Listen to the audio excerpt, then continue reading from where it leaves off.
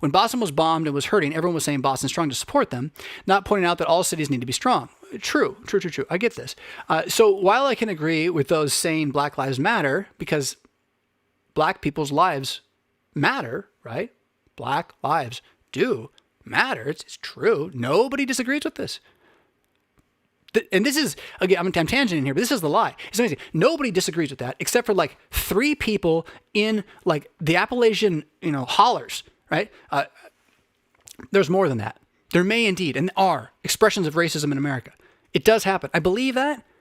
But by and large, you pull up somebody on the street and ask them, outside of all the conflict, aside of the politicizing of all of this, and ask them if a Black person's life matters, they're going to say, of course it does, especially if they're a Christian. Right? So I see how you can say, like, yeah, it's true. But you can't promote anything that supports Black Lives Matter as the national organization, which is against the family and working with the police. More than that, they are officially Marxist. So Black Lives Matter Incorporated is a Marxist organization that wants to destroy families and defund police forces everywhere. Like, that's what they do. So yeah, that's kind of clever, wasn't it? That they virtue attached their rather subtly undermining objectives to something so charged with historical pain in order to manipulate and market their own that pain, and certainly not helping those communities' agendas. And what? And we're just supposed to be silent. Thank God for all of the African-American community, Black community that I hear saying, we probably should slow down on this. I follow plenty of people on Twitter that are also saying there's a movement going on in that community. I don't know if there is or not, but where they're saying that, look, these are the same people that we elected. Well, why are we listening to them tell us to turn it all down and then they're going to do more better? No.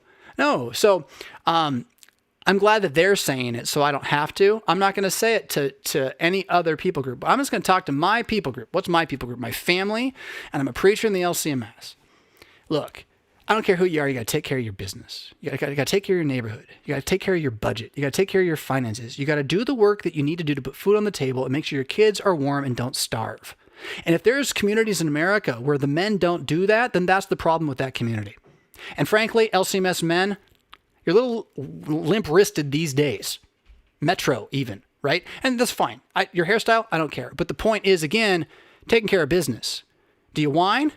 Do you say, the world hurt me? Or do you Texas up a little bit? And that's not about your skin color whatsoever. It's about self-reliance. It's about the idea that you can have freedom or you can have security, and freedom's better because in freedom, you get to choose how to be secure. You get to be your own security. And for me, that means my God, by the way, before anything else. But that's way better than some manufactured security where they just, they give you the Soma. Here, pop your Soma, feel better. Just don't ask questions. Watch your TV. The wall will make you happy. Yeah, I mean, that, if you haven't read those books, 1984, Brave New World, Animal Farm, and Dr. Kuntz recommends you might want to study the Spanish Civil War. All of that applies to this moment. I had someone else take me to task last week because I wasn't clear enough. Communism is here. It's going to destroy us all. Why won't you speak against it, Pastor Fisk?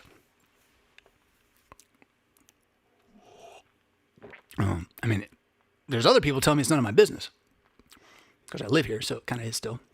And I'm supposed to pray for the good of my country because in its good, I'll find my good until the Lord returns. This is the exile promise of Jeremiah 29. So it is my business, but I'm just going to say again, what am I going to tell you? What can I tell you? The Bible says it says take care of your business. You don't have to take care of everybody else's business. Take care of your business.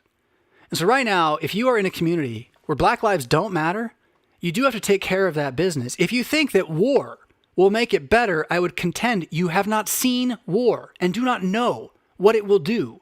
Because if you were poor before war and you're just in it, not the guys on top, just in it, you're going to be poor after that war.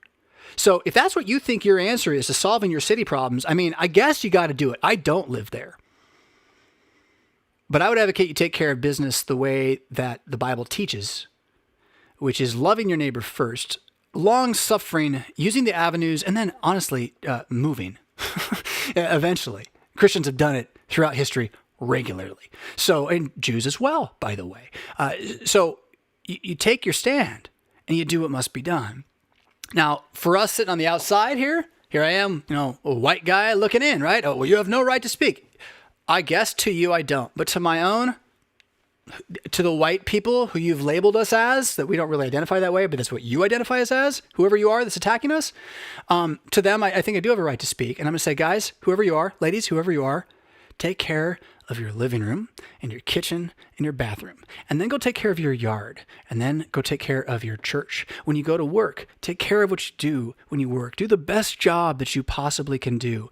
Take care of your neighborhood. Talk to your neighbors. Get to know them this summer. COVID is actually an opportunity to get out and know your neighbors and understand your neighborhood. Seek its good and not its ill. Do the same for your city. Do the same for your state. Do the same for your county. Do the same for your country. Do it with all that you have. And the facts of the matter are that at this moment, you still live in one of the best countries in the world ever for being able to have a successful life from a purely human perspective of like prosperity.